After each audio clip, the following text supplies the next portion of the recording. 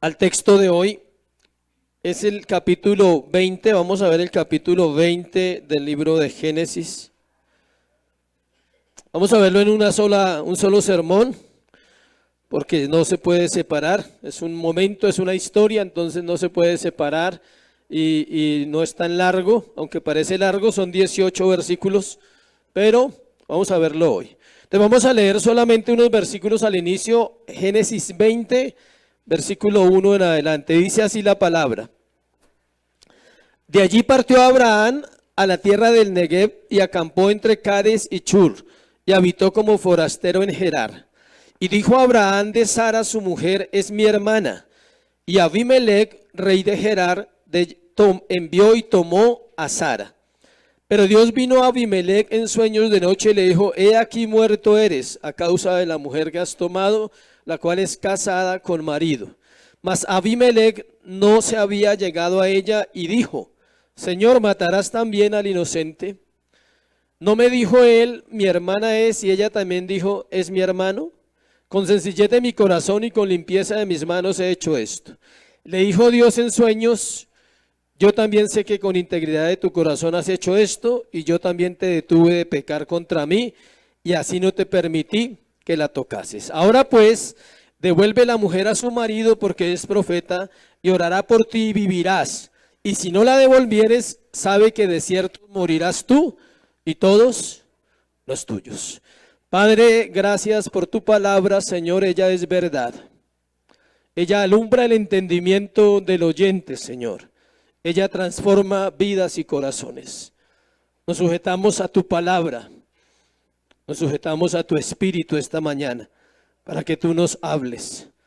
Pedimos, Dios, habla a nuestro corazón, derriba las fortalezas que tenemos en nuestra mente, disipa la oscuridad y las tinieblas que hayan sobre nuestras vidas. En Cristo Jesús, amén y amén. Historias que se repiten. No sé si el título le parece familiar, pero estoy seguro que es muy familiar. Historias que se repiten. Los seres humanos somos especialistas en repetir las historias. De hecho, por eso estamos como estamos.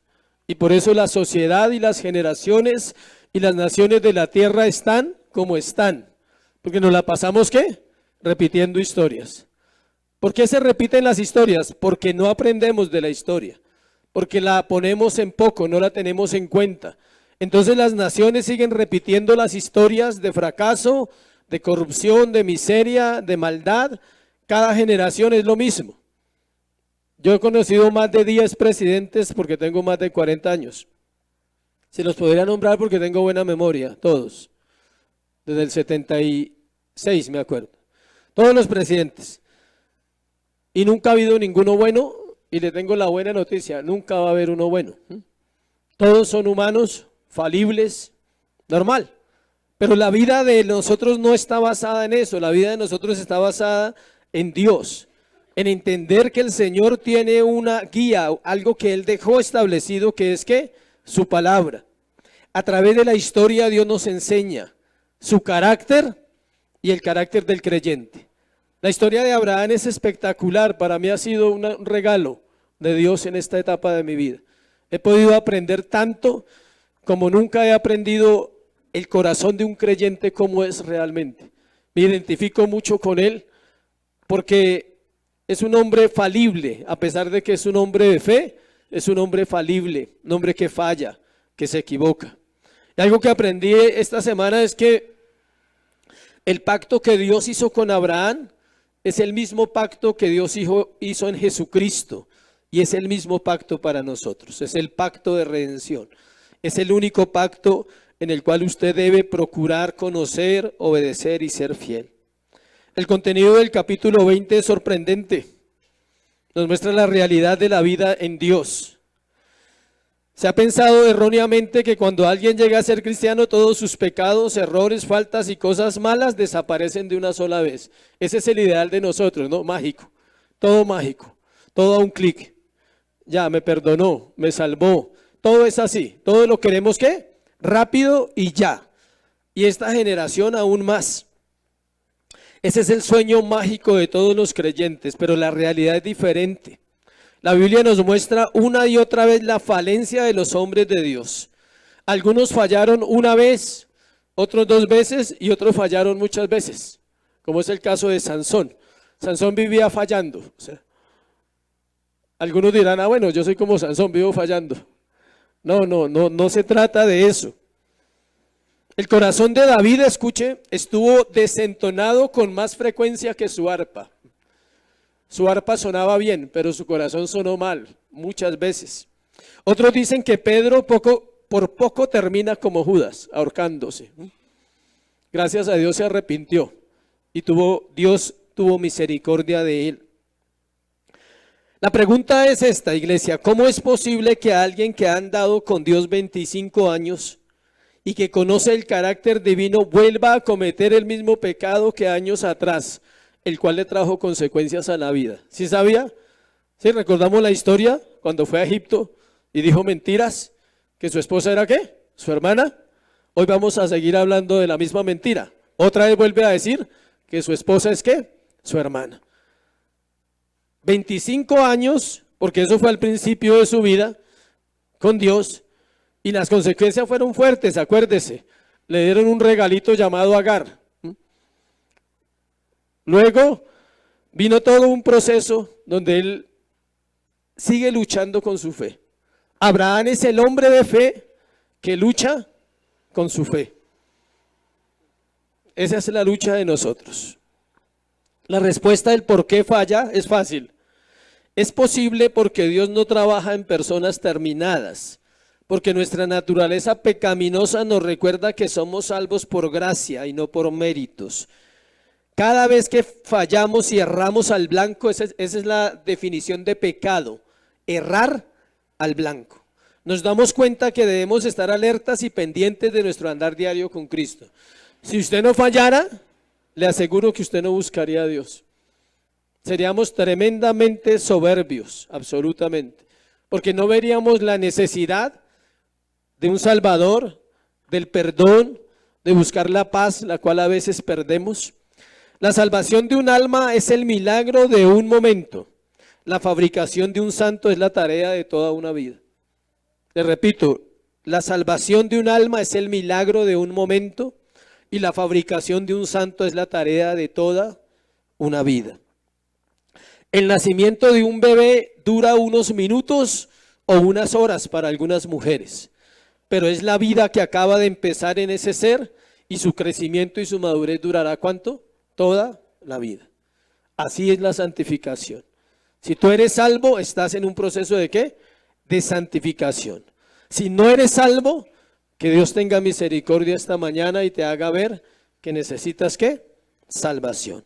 Vamos a mirar entonces el texto de hoy, la historia, las historias que se repiten. Vamos a ir al versículo 1 y al versículo 2. Dice, de allí partió Abraham a la tierra del Negev y acampó entre Cades y Chur y habitó como forastero en Gerar. Pasamos del capítulo 19 hablando de Lot. ¿Se acuerdan las 3 tristes historias, los 3 tristes tigres, dice? Los 3 sermones tristes de la vida ¿de quién? De Lot. Todos son tristes. Su resistencia a salir de Sodoma, su terquedad después con los ángeles para hacer lo que quería y al final terminó haciendo lo que Dios le había dicho porque se quedó en el monte. La destrucción de su familia y perdimos a Abraham en ese proceso. ¿Dónde estaba Abraham? ¿Quién recuerda? Lo leímos y el texto lo dice, el capítulo 19. En Mamre. Y se asomó y vio el humo que salía, ¿se acuerdan? Que se asomó y vio que salía un humo de la quemazón que hubo allá. Él está en Mamre. No vemos el motivo por el cual se fue de allá. Acá el autor no lo dice, dice, de allí partió. ¿De dónde? De Mamre. Por el contexto anterior. Partió Abraham a la tierra del Negev y acampó entre Cades y Chur y habitó como forastero en Gerar. Imagínense que esas ciudades o esos eran como pueblos, están camino a Egipto. O sea, él no va a Egipto, pero empieza a caminar otra vez hacia allá, despacio. A veces usted no va a Egipto, pero le echa una miradita de vez en cuando al mundo. Ahí es donde usted puede repetir la historia. Algo pasó, no sabemos, pero la escritura sí registra lo que sucede donde él va. No nos dice por qué se fue. Hay muchas especulaciones en los estudiosos, en los teólogos. Algunos dicen que lo que pasó en Sodoma y Gomorra debió inquietarlo, es decir, tremendo juicio, y lo llevó a moverse quizás a ese lado. Otros dicen que quizás buscando alimento para el ganado, porque era un hombre que tenía demasiado ganado y tenía que moverse, era un nómada, acordémonos. Estas tierras quedan camino a Egipto, no en Egipto, camino a Egipto. Usted puede ir camino a Egipto y solo Dios lo podrá detener por misericordia. Pero no porque usted quiera que lo detenga, sino porque el Señor es bueno y Él interviene. Gerar era la capital de los filisteos, muy cerca a Egipto. Recordemos que Abraham era nómada y vivió como un peregrino. Él no tenía casa fija, ¿sí? Él no estaba arraigado a nada. Todo lo que tenía sabía que era de quién, del Señor. Versículo 2. Y dijo Abraham de Sara, su mujer es mi hermana, y Abimelech, rey de Gerar, ¿cómo se pronuncia? ¿Gerar o Gerar? Gerar, bueno, entonces la mayoría gana. Gerar, listo. El rey de Gerar envió y tomó ¿a quién? A Sara. No le di el número del punto, pero está ya anotado en la diapositiva. La repetición del pecado de Abraham. Otra vez, dijo Abraham de Sara, su mujer, ¿qué? Es mi hermana. Verdades a medias, ¿no?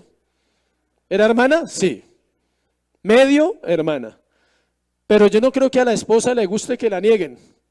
O alguna levante la mano si le gusta que la nieguen. Que usted vaya donde alguna visita diga que es mi amiga. Tiene un problema fijo cuando llegue, si es que alcanza a llegar. O sea, va a tener un problema ese día terrible. O sea, es que hay una amiga de hace años, diga que es mi amiga. Más duro todavía, ¿sí? No vaya a decir que es mi esposa porque es que esa persona la conocí hace mucho tiempo. O sea, ¿sí? Diga que es mi hermana. Ahora diga que es mi amiga. Acá dice que era mi hermana. No fue algo deliberado, escuche, no fue por las circunstancias. No ha pasado nada. Llegó allá, se le ocurrió decir que era la hermana. Ahora vamos a ver más adelante la respuesta. ¿Por qué? Era algo que él ya tenía, ¿dónde? En su corazón. Hay cosas que están en nuestro corazón que no han salido, aunque seamos creyentes. Dios utilizará de alguna manera apretando para que salga.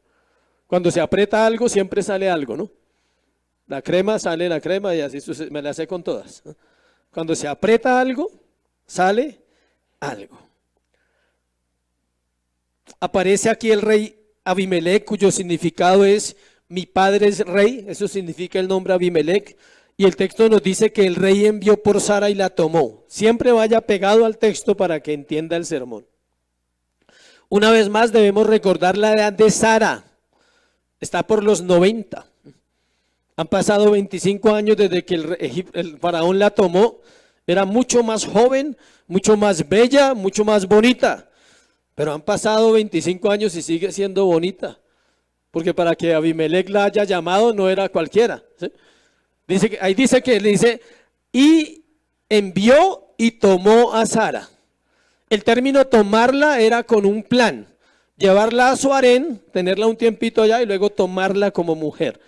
Los reyes tenían derecho a tener varias mujeres. Los reyes, aclaro, bueno. Antiguo Testamento, los reyes. Cultura, ¿es una cuestión qué? Cultural, de época. No es una cuestión establecida por Dios en la Biblia. Entonces recordemos que Sara tiene ¿cuántos años? Pero está como las tejas a Hover. Solo le ha pasado ¿qué? La luz, nomás. Está enterita. Yo no creo que el rey se vaya a llevar a una mujer feita y deshilachada. Tenía que ser una mujer muy hermosa con 90 años todavía. Parece que Dios la rejuvenecía porque todavía necesitaba tener ¿a quién? A Isaac. Todo este periodo fue en mesecitos, desde que Dios dio la promesa, 2 o 3 meses pasaron todas estas cosas en la vida del patriarca, la destrucción de Sodoma, lo de Lot, esta visita por allá a Gerar. Antes de pasar al siguiente punto, preguntémonos cuántas veces, iglesia, hemos venido a Dios con el mismo pecado. ¿Cuántas veces tú has tenido que orar por el mismo pecado? Todos, yo también he tenido que hacerlo. Y no con la diferencia de 25 años, ¿no? Más seguido, o sea, cada semana, cada mes. O sea, aquí hay una diferencia de tiempo, 25 años, no registra más mentiras la Biblia de él, sino desde esa época hasta esta época. Aún, escuche, aún caemos a veces en esto, ya ni pedimos perdón porque terminamos habituándonos a repetir ciertos pecados y lo peor es que no los vemos como pecados. Se vuelven hábitos y se vuelven parte de nuestra vida. Segundo punto, Dios obra de maneras que no podemos entender. Es increíble la misericordia, que ahora vamos a hablar en el otro punto de la misericordia de Dios. Cómo el Señor interviene, ¿no?, en la falta de Abraham. El versículo 2 dice que él dijo que era la hermana, o sea, mintió otra vez. Y dice que Abimelec la tomó, la mandó y la tomó para él. Pero el versículo 3 cambia la historia y dice, pero Dios vino ¿a quién? A Abimelec en sueños de noche y le dijo, he aquí muerto eres, Abimelec, a causa de la mujer que has tomado, la cual es casada con marido. Encontramos esto interesante, escuche. Encontramos el caso de un hombre que aunque no es creyente, escuche, porque la Biblia no le da las características de un hombre salvo, es un rey, pero Dios siempre ha estado en el corazón de los reyes, de los gobernantes, tiene temor de Dios. No pensemos que las personas que serán salvos son los únicos que tienen temor a Dios, o no pensemos que las personas que serán salvos son los únicos que quizás Dios les hable. Dios también habla al impío, aunque el impío no vendrá a Cristo, pero Dios ha hablado muchas veces a ellos. Otro concepto errado es que son los criminales y las malas personas de la sociedad los que vienen a Cristo. No, cualquiera puede venir a Cristo. Muchas personas no creyentes tienen ciertos principios, escuche, de respeto hacia normas que hacen parte de su vida, como es el caso de este rey. Este rey nos va a enseñar mucho, un personaje interesante para aprender de él, porque es el tipo de hombre que vive una verdad relativa, o sea, en unas cosas actuaba bien y en otras actuaba ¿qué? Mal. El versículo 3 dice que este sueño nos da a entender que no fue muy agradable, escuche, porque es que Dios le dijo, eres una persona muerta. Imagine que usted sueñe y diga, Dios le diga, estás muerto, o sea, ¿sí? Yo creo que usted se levanta pensativo, ¿no? No más que escuche cualquier voz en el sueño, así no sea la de Dios, o sea, ¿no? Si usted tiene un sueño que alguien le dijo que está muerto, usted le... Uy, ¿qué pasó con ese sueño? ¿Fue Satanás, fue Dios o fui yo? O sea, ¿cuál de los tres habló ahí? Pero no es fácil. ¿Cuántos han tenido sueños feos? Y usted se levanta pensativo. No, usted no se levanta igual cuando hay un sueño de esos fuertes, hablemos de una pesadilla. No estoy hablando de soñar con alguien que está cerca, sino una pesadilla, ¿no? O sea, algo diferente. No, ya más de uno dice, uy, soñar con fulano es una pesadilla. No, una pesadilla real, donde usted de pronto se está ahogando en un río, ha pasado, hay gente que sueña así, o usted salta a un abismo y muere en el sueño y se despierta preciso en ese momento. Yo creo que para este rey fue difícil y era Dios, escuche, no era nadie más, sino ¿quién? Dios, el que le dice, Dios vino a Abimelec en sueño de noche y le dijo, he aquí muerto eres, le dice. Qué sueño tan desagradable. Yo creo que no, el rey no dudó mucho y él dijo, uy no, mañana mismo resuelvo ese asunto. O sea, despacho a esa mujer porque no la puedo ni mirar, ni tocar, es intocable. Notemos que el solo hecho de haberla tomado, él no había dormido con ella, ya era pecado. Según podemos ver, este rey tenía en alta estima el matrimonio, aunque él no lo cumplía. Parece que él no tomaba mujeres ¿qué? Casadas. O sea que tenía un harén de ¿qué? Solteras. Por eso les dije que nos va a enseñar mucho lo que es la verdad relativa. Yo no me meto con mujeres casadas, pero puedo tener 30 solteras. O sea, era un pecador que también tenía principios morales a su manera. Así pasa con nosotros. Si usted no tiene los principios morales de Dios y la Biblia, usted tiene los suyos propios y se inventa normas para su propia vida, para su hogar, para su familia, para su casa, y a la larga, un día Dios lo va a despertar de ese sueño y le va a hablar como le habló al rey. Notemos que el solo hecho de que él la hubiera tomado, aunque no haya dormido con ella, ya Dios lo ve como ¿qué? Pecado. ¿Por qué? Porque él conoce el corazón del rey. Él sabía cuál era la intención del rey, que era unos días alistarla y llevarla para tomarla. Quizás este rey había escuchado de Dios, no sabemos, pero algo hay en el corazón de él. Porque con su actitud va a mostrar que tiene un conocimiento de los atributos de Dios. Él tiene una revelación ¿qué? General, no especial. Él tiene revelación general de Dios. Él sabe que hay un Dios, versículo 4. Mas Abimelech no se había llegado a ella y dijo, Señor, ¿matarás también al inocente? El rey no ha tocado a Sara. Apela a la justicia divina, quizás sabiendo que Dios había destruido a Sodoma y Gomorra, porque eso tuvo que ser una noticia interesante en la época y estaba reciente, porque todos eran culpables y sabía que Dios era justo. Él conocía que Dios era ¿qué? Justo. ¿Por qué? Porque él hace lo mismo que Abraham. Señor, ¿matarás a los inocentes con los culpables? Y él está diciéndole acá lo mismo. ¿Matarás también al inocente? Yo no la he tocado. Yo no sabía que era la hermana. Ella me dijo eso. Él también me dijo eso. Ahorita lo vamos a leer. Ahí dice versículo 5. No me dijo él, mi hermana es, y ella también dijo, es mi hermano. Él está justificando y dice, Señor, pero ¿cómo me vas a matar? O sea, si ella me dice que es hermana y él me dice que es hermano, pues yo les creo. Y yo por eso la tomé, porque yo no vi ningún problema. Yo no me imaginé que fuera ¿qué? Casada. Así nos justificamos, ¿no? A veces. Uy, yo no sabía que eras casada, pero pues sigamos adelante, o sea, no hay problema. Sí. Cuando usted se mete con una mujer casada, dice, no, yo no sabía que era casada, ¿no? Y viceversa, ¿no? No le demos duro al hombre, ¿no? Una mujer que se mete con un hombre casado dice, pero no hay problema, compartimos, ¿sí? No hay problema. A veces nos justificamos tan fácil, pero en este caso, escuche, el rey tiene la razón y Dios se la va a dar, póngale cuidado. El rey aclara la situación diciendo, yo no hice nada malo, pensé que era soltera, su esposo y ella me engañaron, ¿cómo iba yo a saber que eran esposos? Aquí vemos algo importante en este versículo y se llama el relativismo, escuche. ¿Qué es eso? Significa que hay verdades absolutas que cada cual puede, que no hay verdades absolutas y que cada cual puede crear su propia verdad, según las circunstancias, la cultura o la tradición. Te repito, significa que no hay verdades absolutas, que cada cual puede crear su propia verdad, que es según las circunstancias, la cultura o la tradición. Para el rey era terrible meterse con una mujer casada, pero no era terrible tener un poco de mujeres allá listas para dormir con él cuando él quisiera. El rey se cree limpio excusándose en lo que Abraham y Sara dijeron. Él se está excusando en ellos, pero Dios le está diciendo que es culpable, porque Dios prohíbe tener varias mujeres. O sea como sea, este rey era ¿qué? Culpable.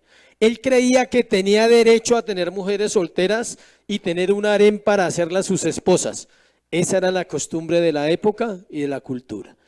Para él eso era normal, pero en este caso Dios le está enseñando. Es algo tan serio, escuche, que algunos no ven el matrimonio como importante, o no ven la santificación como importante, o no ven el área financiera como importante, cualquier área de su vida, no la ven importante, y eso también hace parte del proceso con Dios. Versículo 6, le dijo Dios en sueños, yo también sé que con integridad de tu corazón has hecho esto, yo también te detuve de pecar contra mí, y así no te permití que la tocases.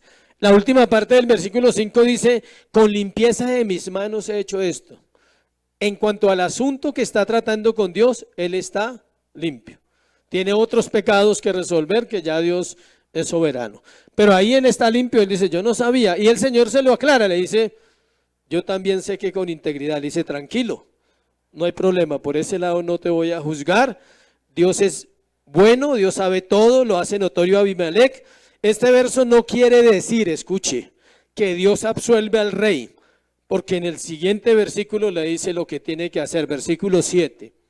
Ahora pues, devuelve la mujer a su marido porque es profeta, orará por ti y vivirás, y si no la devolvieres, sabe que de ciertos morirás tú y los tuyos. ¿Usted la devolvería? Claro, toca devolverla. Es la muerte, o sea, le está diciendo, bueno, ¿la devuelve o la devuelve? O si no, muerte para todo el mundo, para usted y para todo su reino.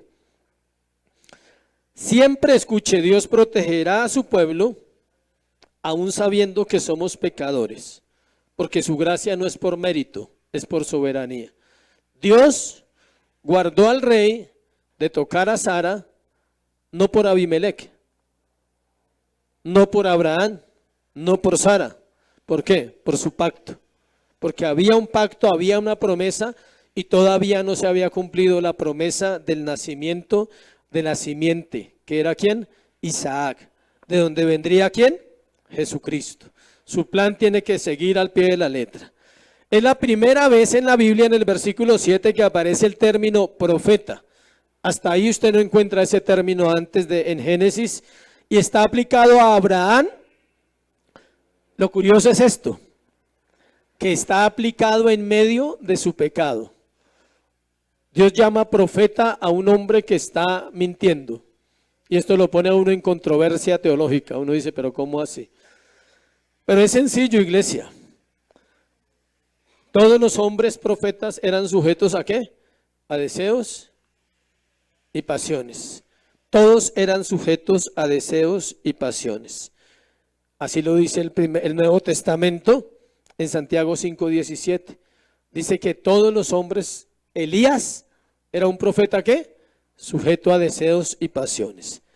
El término hebreo que se usa allí es Nabí y significa que era un hombre que recibía revelación de Dios e intercedía por el pueblo. No habla de predicciones, es decir, Abraham no predecía el futuro, ni adivinaba lo que iba a pasar como los profetas modernos.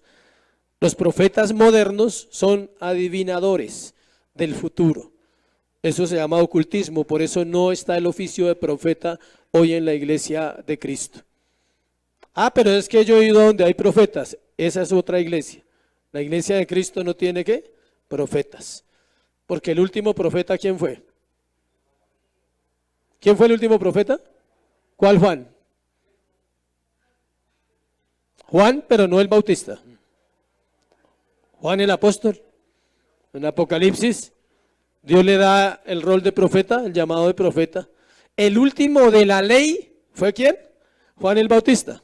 Pero el último de la Biblia fue ¿quién? Juan el apóstol. Juan el apóstol. De los que escribieron la Biblia, no estoy hablando. El rey no tiene opción. Obedecía, si no lo hacía moriría él y todos los suyos. La oración, escuche, mire lo que dice ahí. Ahora pues devuelve la mujer a su marido porque es profeta y orará por ti y vivirá.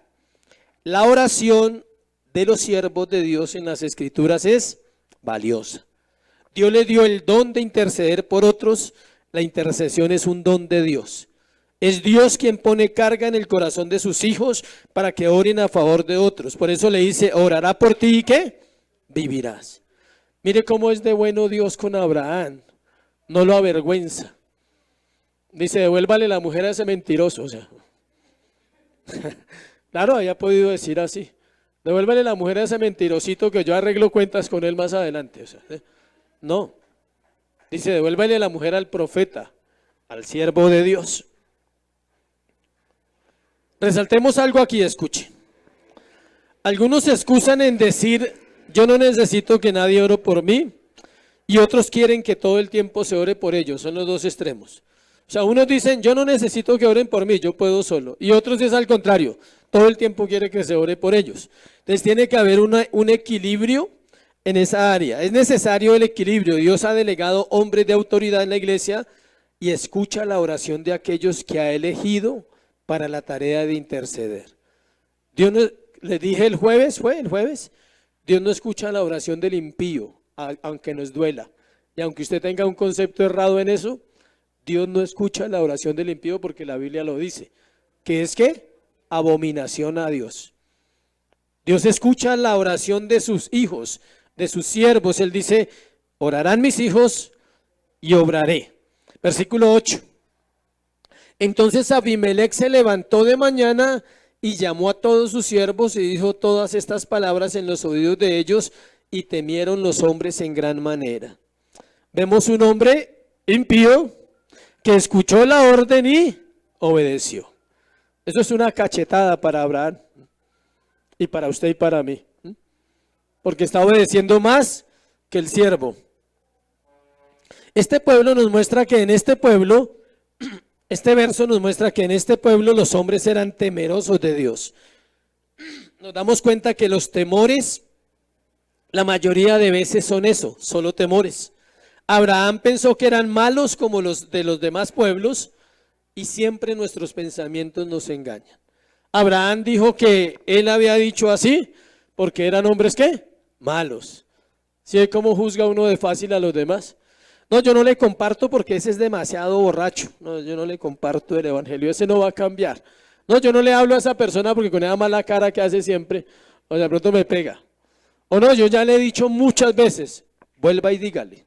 Quizás Dios ya haya ablandado esa piedra. De pronto ya esa piedrita está un poquito ¿qué? Ablandada. Versículo 9 y versículo 10. Llegamos a la confrontación de Abimelech con Abraham. Dice, llamó a Abimelech a Abraham y le dijo, mire lo que le dice. Le hace 3 preguntas. 1, ¿qué nos has hecho? 2, ¿en qué pequé yo contra ti que has atraído sobre mí y sobre mi reino tan grande pecado?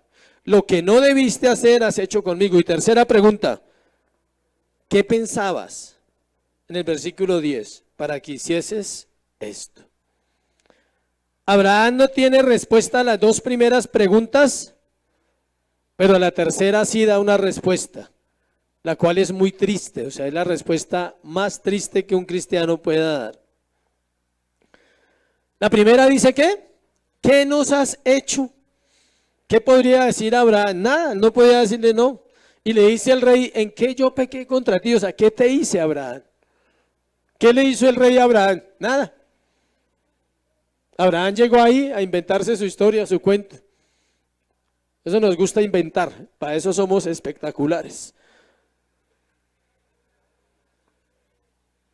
Y aquí la tercera pregunta que él responde nos va a llevar al tercer punto, que es algunos no la entienden la frase, justificación no pedida, culpa manifiesta. Esa es dura en la iglesia. Esa es principal en la iglesia, siempre pasa. Todo el mundo, justificación no pedida, culpa manifiesta. Uno no le está preguntando a la persona nada y él de una vez llega excusándose. Y uno dice, ¿pero qué pasa? O sea, no le dije nada. Versículo 11, versículo 13. Póngale cuidado, esto es una costumbre mala en nosotros. No hablo solo los cristianos, sino en general. Todo el mundo tiene esa mala maña, dicen por ahí. Versículo 11. Abraham respondió, mire el conchudo, este es un cristiano conchudo, o sea, ¿sí? Este es el cristiano conchudo, dicen por ahí. Porque dije para mí, sí, para él, no consultó a Dios, él dijo para él. Él no dijo, no, fue que yo oré y Dios me dijo que ustedes eran malos y iban a matar a mi esposa, y entonces yo tomé la decisión de decir que era mi hermana.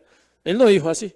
Él dice, dije para mí, ciertamente no hay temor de Dios en este lugar y me matarán por causa de mi mujer.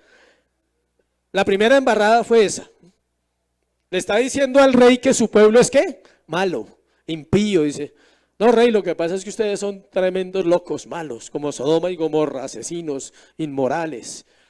Por eso no le quise decir la verdad. Pero como siempre uno la sigue embarrando, ¿no? Entre usted más sigue hablando, y entre más sigue justificándose, más sigue embarrándola. Mire lo que dice. A la verdad también es mi hermana, hija de mi padre. mas no hija de mi madre, y la tomé por mi mujer. Pero mire lo que dice el 13. Cuando Dios me hizo salir errante de la casa de mi padre, yo le dije, o sea, es una mentira de 20 y pico de años ahí metida en el corazón. Él hizo un compromiso con su hermana. Esta es la merced que tú harás conmigo. Mire cómo la manipula. Que en todos los lugares a donde lleguemos digas de mí, mi hermano es. Cómo es de fácil justificarnos, ¿no? Siempre trataremos de rebajar la culpa, de sentirnos un poco bien por lo que hicimos, en vez de ir y postrarnos y buscar arrepentimiento. Es difícil agachar la cabeza y decirle, Rey, lo siento, la embarré, perdóneme. O sea, tuve un mal concepto de usted y de su pueblo, y Dios me acaba de dar una lección enseñándome a través de usted que ustedes no son como yo pensaba. También la embarré manipulando a mi esposa con una mentira que le dije hace muchos años y ella se la creyó. Y ahora siempre nos hemos metido en problemas por mentirosos. Si ve, tan fácil era agachar la cabeza. Oremos, Rey. Pedámosle a Dios que nos perdone, que tenga misericordia de mí y de mi esposa, porque somos mentirosos. Esa era la salida. Pero eso cuesta. Eso fue lo que hizo David, Salmo 51. Mire, la oración de David era la oración que tenía que tomar ¿quién? Abraham. Usted dirá, pero es que David era adúltero. La mentira y el adulterio son iguales para Dios. Bueno, para que lo sepa. Ten piedad de mí, oh Dios, Salmo 51:1, conforme a tu misericordia, conforme a la multitud de tus piedades, borra mis rebeliones.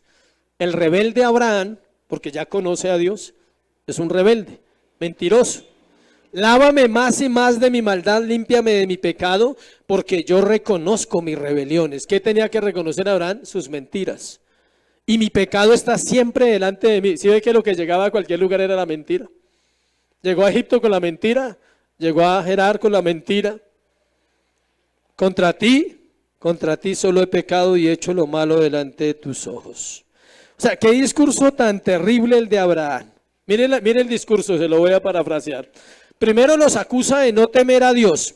Le dijo que eran asesinos, hombres malos e inmorales. Luego le dijo una verdad para justificarse. Era verdad que era hermana, pero estaba usando la verdad para justificarse, no para reconocer el pecado. Al fin y al cabo es mi hermana, no estoy haciendo nada malo porque sí somos hermanos. Y luego remata diciendo que él hizo ese compromiso con ella, la involucró y puso en primer lugar su principio y no el de Dios. ¿Cuál principio? El de mentir. ¿Cuántas excusas hay en nuestra vida para no obedecer? ¿Cuánta indolencia en nuestra alma por lo que realmente es importante? Hemos caído en la pérdida del tiempo. Es en lo que más fallamos, iglesia. ¿Sabe cuál es el pecado de la iglesia en este tiempo? Perder el tiempo en lo que no aprovecha. Descuidar la oración, descuidar la palabra. Mentimos a Dios en nuestro tiempo. Estoy ocupado, estoy cansado. Mentiras. No estamos ocupados y no estamos cansados. Simplemente no tenemos una relación con Cristo. Es en lo que más falla la iglesia. Invertimos en lo que no aprovecha, dejando de lado al amado, al que dio todo, siguiendo fábulas, ídolos del corazón, que nos hacen muy parecidos al mundo.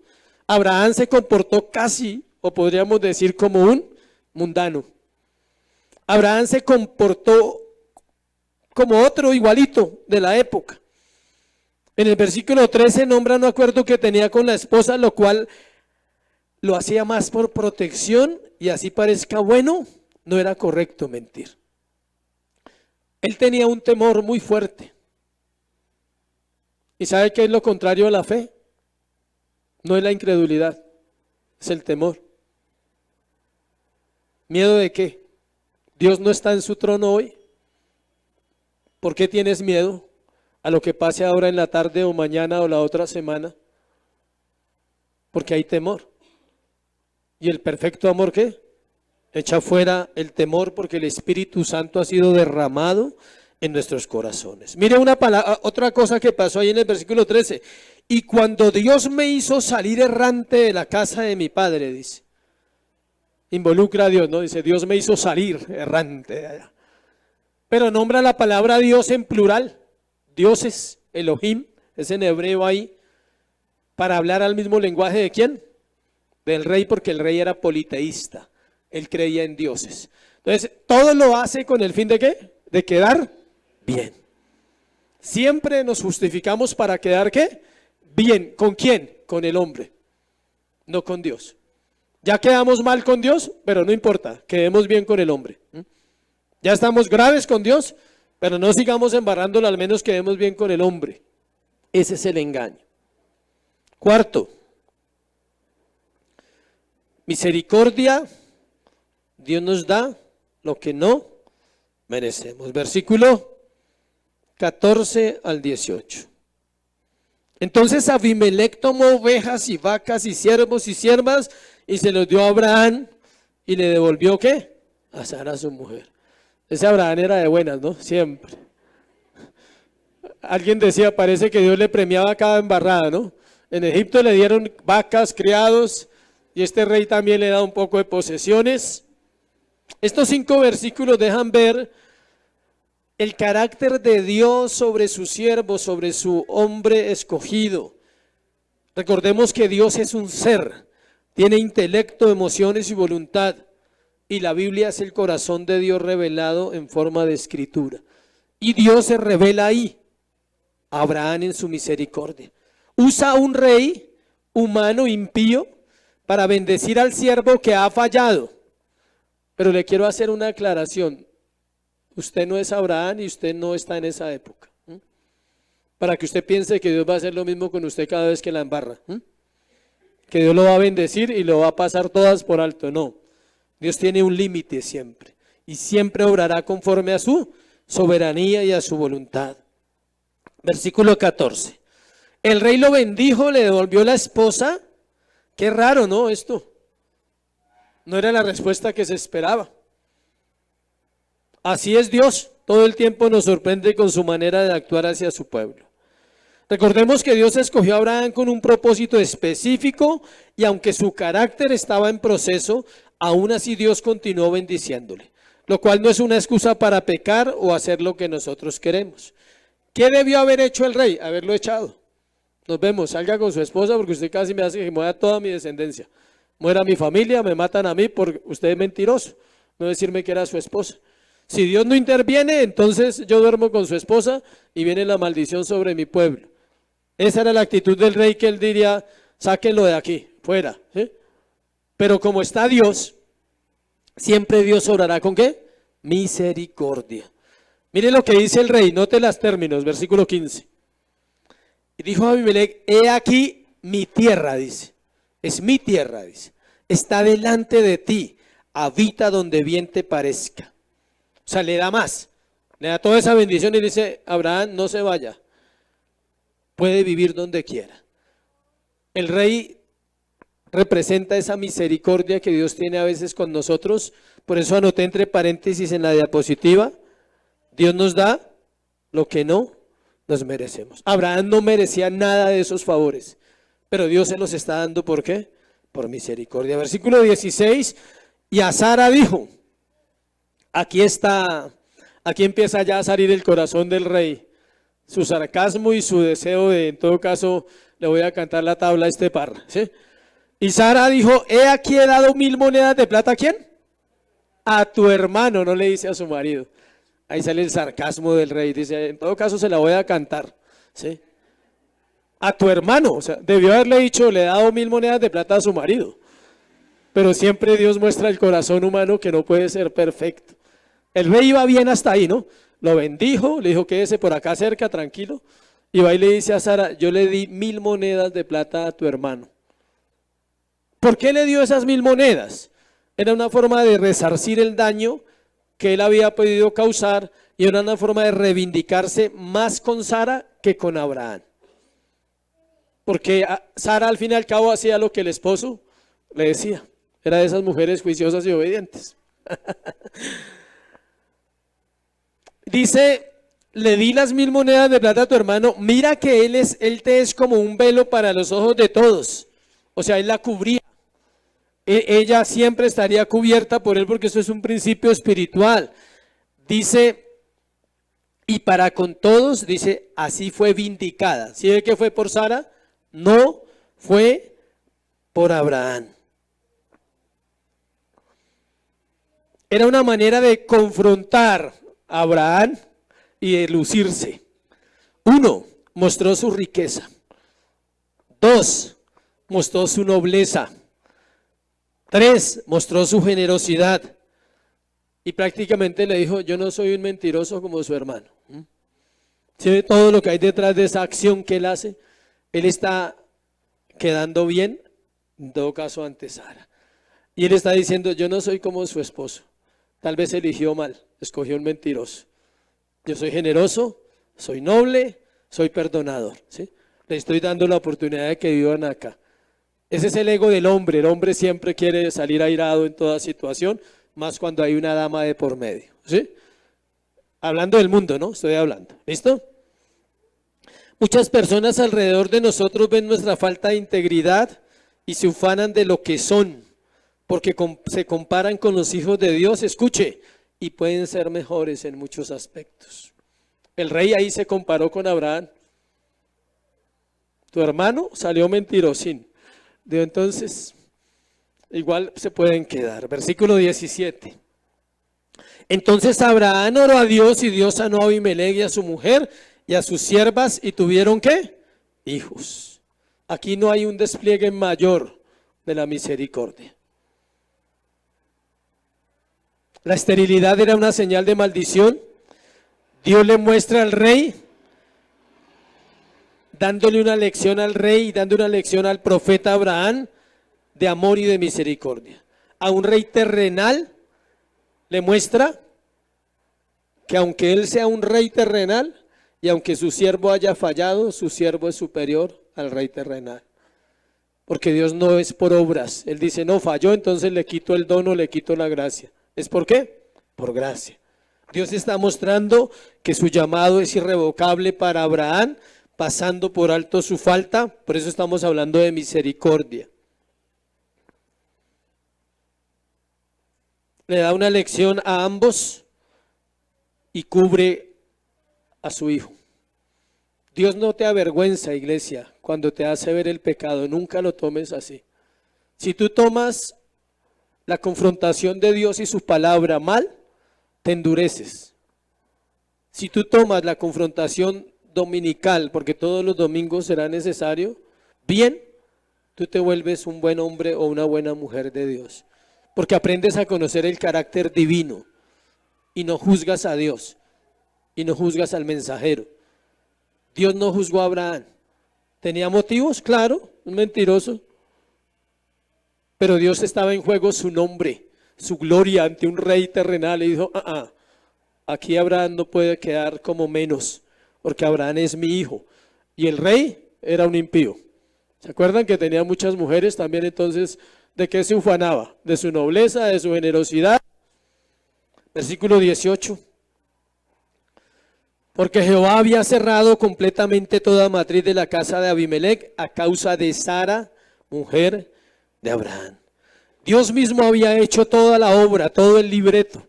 Él había cerrado la matriz de ellas con un propósito, mostrar el despliegue de su misericordia y el poder del pacto que había hecho con su amigo Abraham.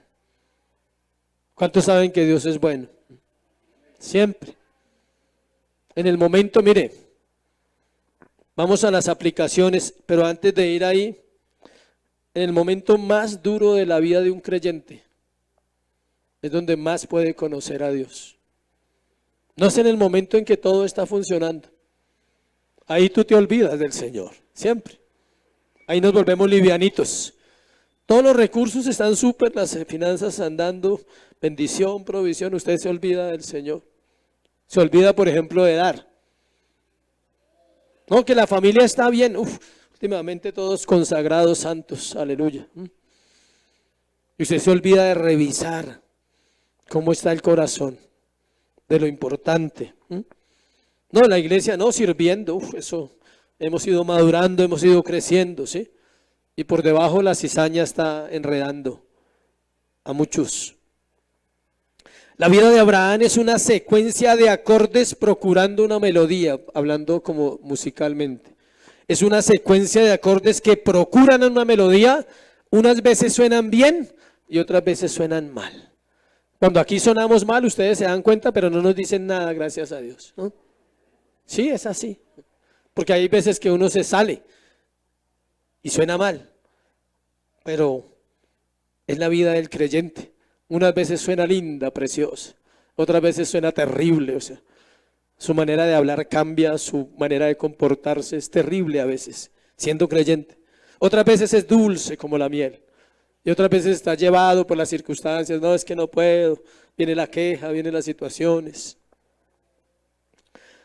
Pero esto nos muestra un proceso en todo creyente. Reflexionemos en tres cosas. Vamos a reflexionar en tres cosas en las aplicaciones, usando una palabra que se llama nunca. Esto nos va a ayudar a mantenernos firmes, alejados del pecado lo más posible que podamos. Hay una noticia buena y hay una noticia mala hoy. La mala es que vamos a volver a fallar.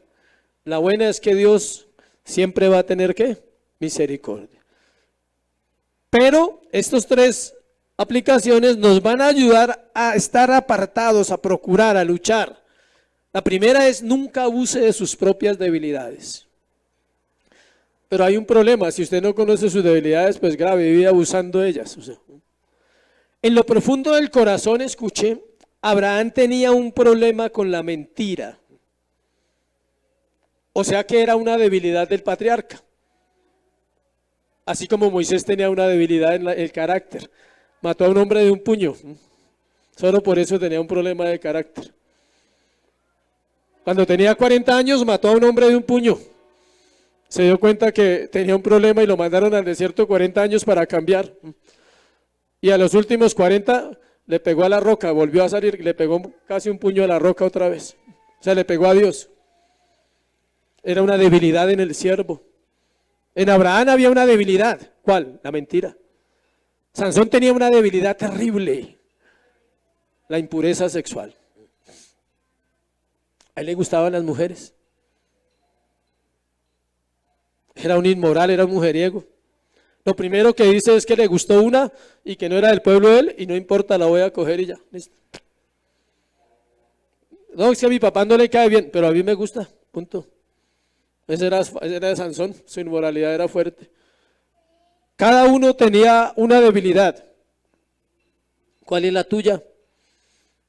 O bueno, ¿cuáles son las de nosotros? Porque no es una, son varias. Escuche, era tan fuerte la mentira en este hombre que su hijo la heredó. Génesis 26, 11. Isaac hizo lo mismo ahí. Génesis 26, 11.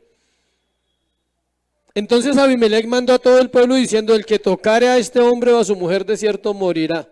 Sí, lo mismo, porque descubrió que Rebeca era la esposa de Isaac porque la estaba acariciando. Él la vio desde lejos, dijo, uy, este falso, ¿ah? ¿Está acariciando a la hermana? No, esa es la esposa. Isaac hizo exactamente lo mismo que su papá. Pero va más allá, escuche, su nietico, bendición Jacob, mentirosito, engañador. O sea, transmitió la mentira a sus hijos y ¿a quién más? A sus nietos. Si ve que no se juega con la mentira. Parece inofensiva, ¿no? Pero los mentirosos no son mentirosos porque sí. Algo aprendieron en casa, a mentir. Él sabía, Abraham sabía, escuche, que él caería en la mentira antes de llegar a Gerar. Lo pensó antes de ir, porque él se lo dice al rey. Cuando Dios me sacó de allá, yo hice un pacto con mi esposa y dijimos que donde llegáramos siempre íbamos a decir que éramos ¿qué? Hermanos. 25 años para sacarle ese pecado a la luz. Pero bueno, gracias a Dios lo logró sacar porque no había nacido Isaac. Ahí viene otro proceso para él. Si hay problemas de alcohol, no se acerque a la cantina. Si hay problemas de mujeres, no vaya al burdel.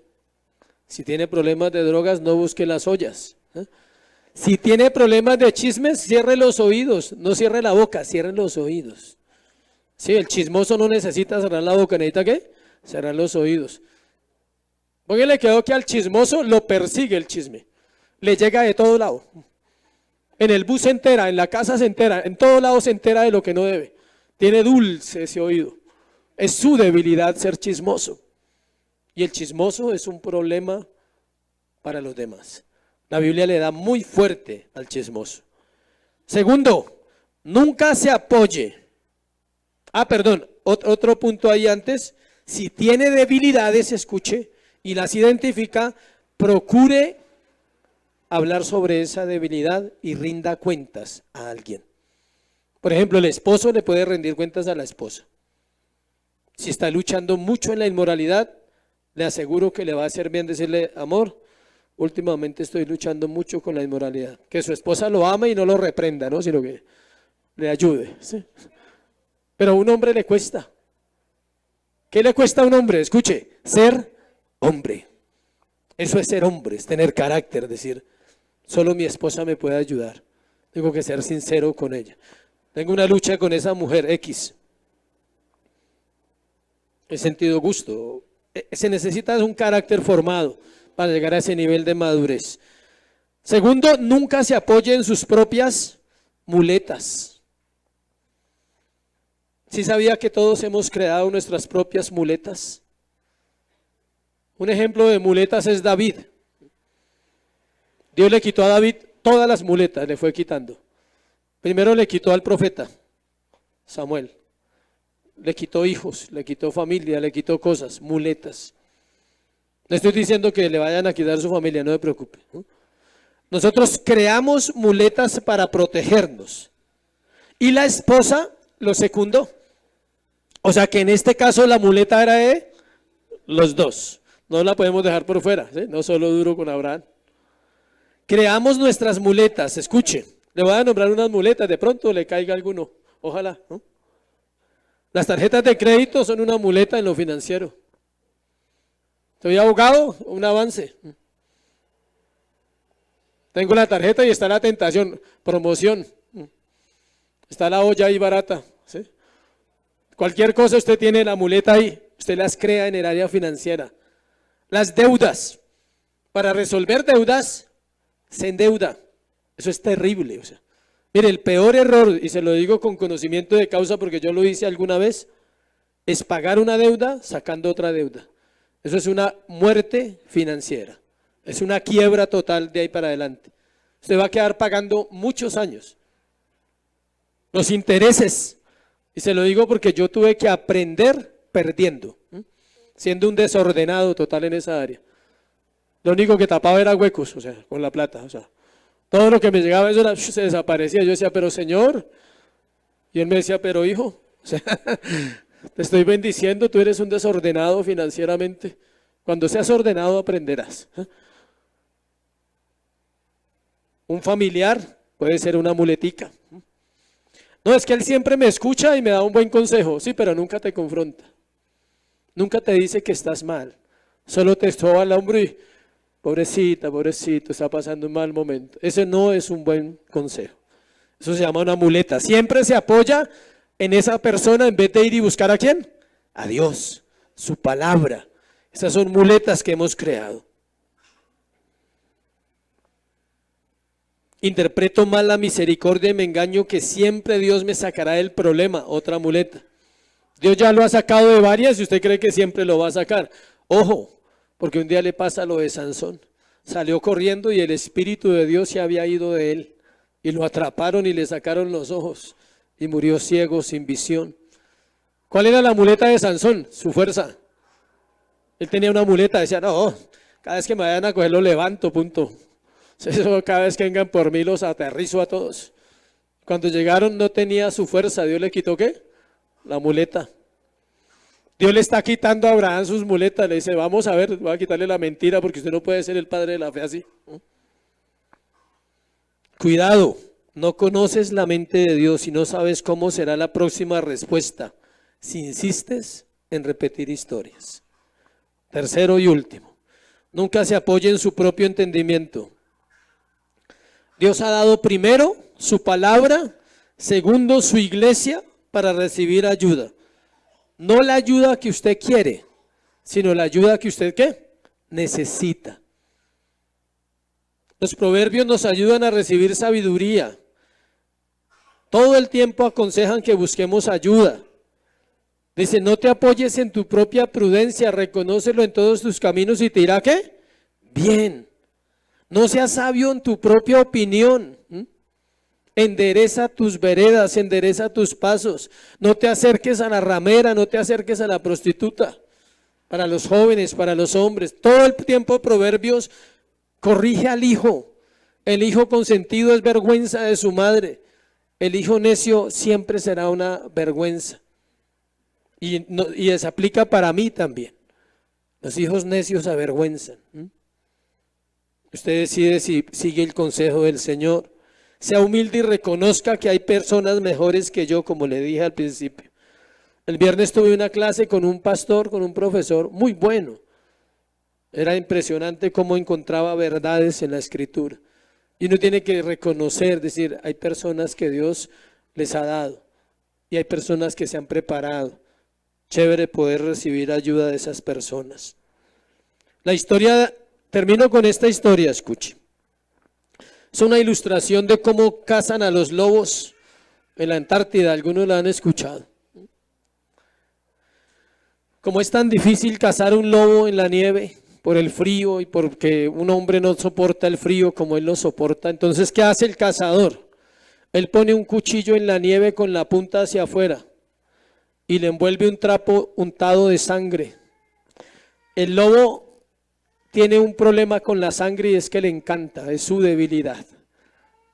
¿Cuál es su debilidad? Vaya pensando mientras voy narrando la historia. Él empieza a lamer el trapo que está envuelto en la hoja del cuchillo, con deleite empieza a lamer. Y mientras va lamiendo, porque está en un área fría, su lengua se va calentando, porque él es ansioso, es así todo exagerado, empieza a lamber y va desgastando el trapo. Y él no se da cuenta a qué hora llegó a la hoja afilada del cuchillo. La hoja tiene un filo especial y él empieza a beberse su propia sangre porque su lengua se la cortó y él no se dio cuenta porque el calor que él tiene del ejercicio que está haciendo es el mismo calor que tiene la sangre en el cuerpo caliente. Y empieza a beber y a beber y a beber su sangre. Y en la mañana lo encuentran al pie del cuchillo, muerto. Si usted encuentra satisfacción en el pecado, escuche, usted está lamiendo la hoja del cuchillo. Finalmente llegará al filo agudo y no reconocerá el peligro. El pecado crea un deseo más grande por sí mismo. Siempre lleva a la angustia hasta que lo lleva al deseo y luego lo lleva a la muerte. Amén. Póngase sobre sus pies y pídale a Dios que dejemos de lamer la hoja del cuchillo. Padre, gracias por tu palabra porque ella es verdad. Hoy reconocemos, Señor, nuestra necesidad de ti. Sabemos que eres fiel, que eres misericordioso, que tienes el control de nuestra vida, Señor, pero reconocemos que fallamos muchas veces, que repetimos historias como Abraham repitió esta historia, que nuestro corazón es débil y frágil. Y ahí es donde clamamos a ti, Señor, ten misericordia de nosotros como iglesia. Padre, fortalece nuestra vida cuando oramos, cuando leemos, cuando estudiamos. Ayúdanos esta mañana. Dios, que tu palabra no vuelva vacía, que ella cumpla el propósito para el cual tú la envías esta mañana. Y es llevarnos a Cristo, es confrontar nuestro corazón con el ánimo de no vernos sufrir, de no vernos pasar una y otra vez las mismas situaciones, o no terminar como el lobo, Señor, bebiendo de su propia miseria y de su propio pecado. Padre, gracias por tu palabra, ella es buena y ella siempre llega a tiempo. Bendecimos tu nombre, Señor, en Cristo Jesús. Amén y amén.